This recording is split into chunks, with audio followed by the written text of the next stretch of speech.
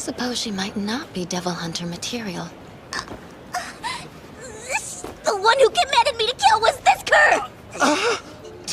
You liar! Jeez, stop making crap up! Nay, I have made up no crap! But you told me to obliterate the target without question, so confess your sin! Huh? What a creep! She's more like the bullshit devil! Fake-ass faker! Miss Makima should arrest you for fraud! Please keep it down, you two. デビルハンターには向いてなかったのかな。こ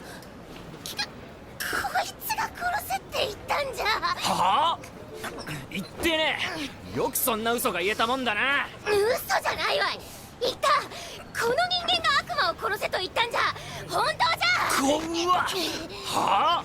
マキマさん、この悪魔嘘つきですぜ。逮捕だ逮捕。嘘なんとか罪で逮捕だてめえ。静かにできる？